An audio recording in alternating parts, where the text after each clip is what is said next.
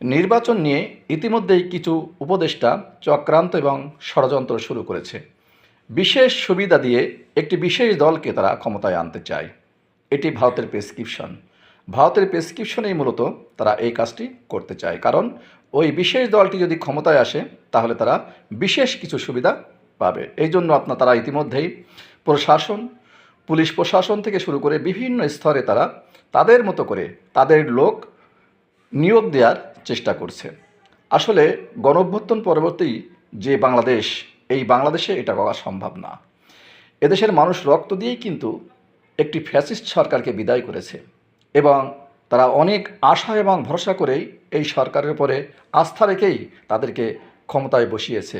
যাই হোক, এই সরকার উপদেষ্টারা যত নীলনকশাই করুক, ভারতের যে ধরনের চক্রান্ত ষড়যন্ত্রের বাস্তবায়ন করার চেষ্টা করুক না কেন, সেটা আপাতত এখন এখানে আর সম্ভব না বলে এদেশের মানুষ মনে করে।